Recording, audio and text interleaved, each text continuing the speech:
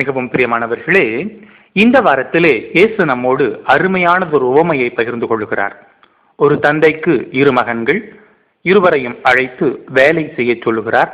ஒருவன் முடியாது என்று சொல்லுகிறான், ஒருவன் சரி என்று சொல்லுகிறான். முடியாது என்று சொன்னவன் மனம் திரும்ப வேலை செய்ய போகிறான். சரி என்று சொன்னவன் வேலை செய்யாமல் அதனை தட்டி கழிக்கிறான். இதுதான் உவமை. சரி செய்கிறேன் என்று சொன்னவனுக்கு மனதிலே பிடிக்கவில்லை அல்லது விருப்பமில்லை என்று இருந்திருக்கலாம். ஆனால் தந்தையின் முகதாட்சண்யத்திற்காக சரி என்று சொல்லுகிறான். ஆனால் முடியாது என்று சொல்லுபவனிடம் தைரியம், துணிச்சல் இருந்தது. எனக்கு பிடிக்கவில்லை, முடியாது என்று தைரியமாக, துணிச்சலாக சொல்ல முடிந்தது. இந்த ஒரு மனநிலையை மட்டும் நமது சிந்தனைக்கு எடுத்துக்கொள்வோம். பலர் முடியாது என்று சொல்ல தயங்குகிறார்கள், சங்கடப்படுகிறார்கள். சரி என்று சொல்லிவிட்டு, ஐயோ நமக்கு பிடிக்காததை இப்பொழுது செய்து கொண்டிருக்கிறோமே என்று மனம் வருந்துகிறார்கள். பிடிக்காததை, முடியாததை, இயலாததை, செய்யக்கூடாததை சரி என்று அடுத்தவருடைய சந்தோஷத்திற்காக ஏற்றுக்கொண்டவர்கள் கடைசியிலே வருத்தத்திற்கு, சங்கடத்திற்கு ஆளாவதை நாம் பார்க்கிறோம். நம்மிலும் பலர் இந்த ஒரு மனநிலையிலே வாழ்ந்து கொண்டுதான் இருக்கிறோம். ஏனென்றால் சிறு வயதிலிருந்தே முடியாது, கூடாது, வேண்டாம் என்ற சொற்கள் எல்லாம் மிகவும் மறுப்புக்குரிய சொற்களாக, பிறரை காயப்படுத்துகிற சொற்களாக நாம் நினைத்து கொண்டிருக்கிறோம்.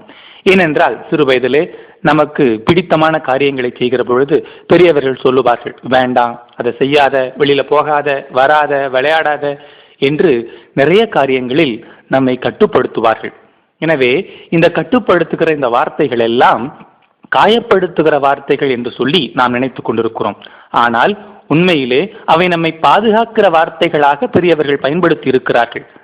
வளர வளர இந்த வார்த்தைகளை நாம் கட்டுப்படுத்துகிற அல்லது காயப்படுத்துகிற வார்த்தைகளாக நினைத்து கொண்டு அதனை பயன்படுத்துவதற்கு தயக்கப்பட்டு அடுத்தவர்களிடம் நமக்கு பிடிக்காத காரியங்களுக்கு கூட, நம்மால் முடியாத, செய்யக்கூடாத காரியங்களுக்கு கூட சரி என்று சொல்லுகிறோம். நம்மை ஏற்றுக்கொள்ளாமல் விட்டு விடுவார்களோ, நம்மை தவறாக நினைத்துக் கொள்வார்களோ, நாம் அவர்களை காயப்படுத்தி விடுவோமோ என்று தயக்கத்திலே நிறைய காரியங்களை, தவறான காரியங்களை, செய்யக்கூடாத காரியங்களை சரி என்று சொல்லி ஏற்றுக்கொள்ளுகிறோம். ஒரு சிலவற்றிற்கு முடியாது என்பதை தைரியமாக, துணிச்சலாக சொல்லித்தான் ஆக வேண்டி இருக்கிறது.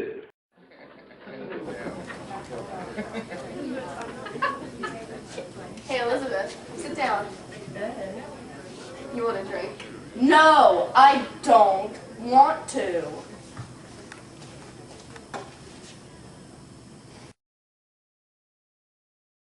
Hey Tanya. Yeah? Come over here.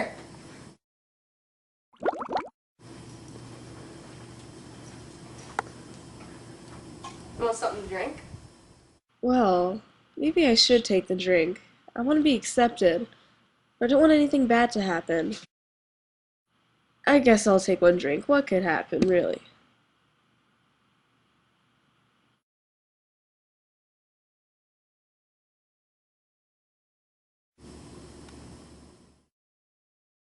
உதாரணத்திற்கு நட்பு வட்டத்தை எடுத்துக்கொள்வோமே. இளம் வயதில் இருக்கிற இளைஞர்களை பார்ப்போம். இவர்கள் எப்படி தேவையில்லாத பழக்கங்களை பழகுகிறார்கள். துவக்கத்திலே நண்பர்கள் சொல்லுகிறார்கள், டே இந்த சிகரெட்டை பிடிச்சு பாரு, இதோ அந்த பீரை குடிச்சு பாரு, கொஞ்சம் முதல்ல கசக்கத்தான் செய்யும், முதல்ல இருமல் தான் வரும், அதெல்லாம் ஒன்றும் இல்லை, அப்பதான் நீ பெரியவன் அப்படின்னு சொல்லி எல்லாரும் பார்ப்பாங்க, அப்பதான் ஸ்டைலா இருக்கும். இதா நீ என் ஃப்ரெண்டு அப்படின்னா இதை குடி.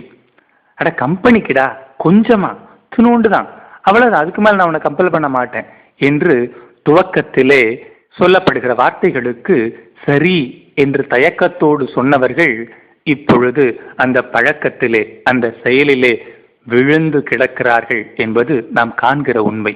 இதோ இந்த குறும்படத்தை பாருங்கள். Hey, do you want a cigarette? No thanks.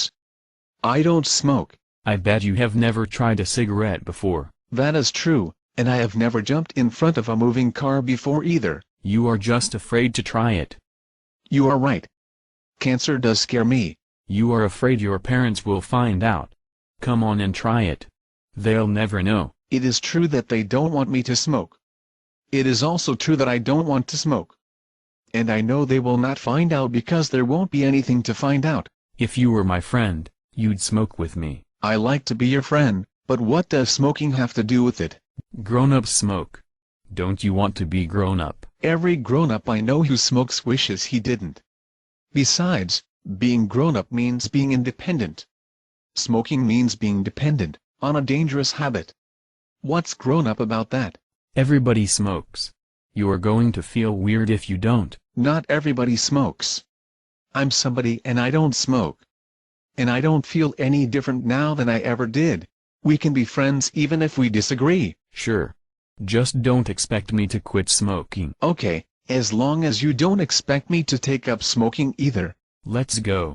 இது ஏதோ தீய பழக்கங்கள் தீய செயல்களுக்கு மட்டும் முடியாது இயலாது என்று சொல்ல வேண்டும் என்பதற்காக மட்டும் இந்த சிந்தனையை வைக்காமல் பொதுவாக எல்லா காரியங்களுக்குமே வைப்போமே. நமக்கு மனதிற்கு பிடிக்காத, சமூகத்திற்கு பொருந்தாத பல காரியங்களுக்கு நாம் நம்முடைய உறவுகளுக்காக, நண்பர்களுக்காக சரி என்று சொல்லுகிறோம். அடுத்தவருடைய மனம் புண்படக்கூடாது என்பதற்காக நமக்கு பிடிக்காத காரியங்களை கூட சரி என்று சொல்லி ஏற்றுக்கொள்கிறோம். ஆனால் அதற்கு பின்னாலே அதனுடைய பாரம் தாழாமல் அந்த செயலை செய்து முடிக்க முடியாமல் தடுமாறுகிற பொழுது ஏண்டா இதை ஒத்துக்கிட்டோம் அப்படின்னு நம்ம மனது குறுகுறுக்கிறது. இந்த குறுகுறுப்பு வேண்டாம். சரி என்றால் சரி, இல்லை என்றால் இல்லை. இயேசுவே சொல்லுகிறார், ஆம் என்றால் ஆம், இல்லை என்றால் இல்லை என்று இருக்கட்டும் என்று சொல்லி. ஏன் இல்லை என்கிற வார்த்தையை, வேண்டாம் என்கிற வார்த்தையை, முடியாது என்கிற வார்த்தையை பயன்படுத்த நாம் தயங்குகிறோம்? சரி செய்கிறேன் என்பது ஒரு சில காரியங்களுக்கு பொருந்துகிறது என்றால், முடியாது, வேண்டாம், மாட்டேன் என்று சொல்லுவதும் ஒரு சில காரியங்களுக்கு பொருந்தத்தான் வேண்டும். ஆம் பிரியமானவர்களே, இப்படியும் கொஞ்சம் யோசித்து பார்ப்போமே. சுய முன்னேற்ற பயிற்சியாளர் கென்னி குயன் என்பவர் அருமையாக இதனை விளக்குகிறார். சரி என்பது ஒரு வாள் என்றால், முடியாது என்பது ஒரு கேடயம். வாளை பயன்படுத்துகிற அளவு கேடயத்தை பயன்படுத்த வேண்டிய அவசியமில்லை என்றாலும் ஒரு சில வேளைகளிலே கேடயத்தை பயன்படுத்த வேண்டித்தான் இருக்கிறது. நம்மை தற்காத்துக் கொள்ள வேண்டித்தான் இருக்கிறது. வாளை கொண்டு வாய்ப்புகளை நாம் வென்று கொண்டே இருக்கலாம். ஒரு சில நேரங்களிலே நம்மை தற்காத்துக் கொள்ள கேடயங்களை பயன்படுத்த வேண்டும் என்பதை அருமையாக சுட்டிக்காட்டுகிறார். கேளுங்கள். And here's the thing. So many times do we take the swords of yes, slashing right through the opportunities of life, crushing right through, that we sometimes realize some obstacles we just can't cut. When do you use your shield to protect you? And that's the trick. When to use your sword versus your shield.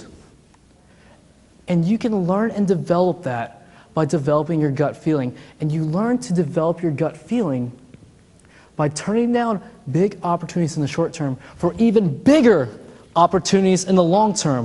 Because for so long, it's the sword of yes being globalized. Everyone loves saying yes. But here's the thing. The shield of no, no one gives it due credit. Yet if you think about it, how many times have you said no to the right things where you evolved as a person, where you grew yourself as a person? Probably lots and lots of times. And so my challenge to you today is this.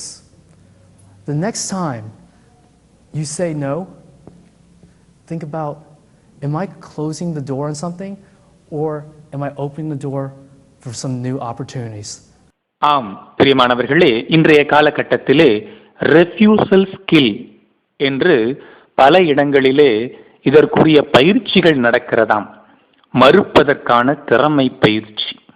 நிறைய பேருக்கு மறுத்து பேச முடியாமல் சரி சரி சரி என்று சொல்லி வாழ்விலே வீழ்ந்து கிடக்கிறார்களே, தொற்று போயிருக்கிறார்களே, அவர்களை தூக்கி நிறுத்த முடியாது என்று சொல்ல பழக வேண்டும் என்று சொல்லி பயிற்சி அளிக்கிறார்களாம். ஆனால் இன்னொரு கண்ணோட்டத்தையும் மனதில் வைக்க வேண்டும். இந்த மறுப்பு என்பது பிறரது கவன ஈர்ப்புக்காக மட்டுமல்ல. ஒரு சிலர் மறுப்பார்கள், அடுத்தவரனை பார்க்கணும், அடுத்தவங்களுடைய கவனத்தை ஈர்க்கணும் என்பதற்காக நல்ல காரியங்களுக்கு கூட மறுப்பு தெரிவிப்பார்கள். அதனை சொல்ல வரவில்லை. மனதிற்கு ஒவ்வாத, சமூகத்திற்கு ஒவ்வாத, ஒழுக்கத்திற்கு ஒவ்வாத, இறைவனுக்கு ஒவ்வாத செயல்களுக்கு மறுப்பு தெரிவிக்க வேண்டியது நம் கடமை. ஆம் பிரியமானவர்களே, வேண்டாத, இயலாத, முடியாத, தவறான காரியங்களுக்கு மறுப்பு தெரிவிக்க துணிச்சலாயிருப்போம், தைரியமாய் போராடுவோம். இறைவன் நம்மை நிறைவாக ஆசிர்வதிப்பாராக. ஆமென்.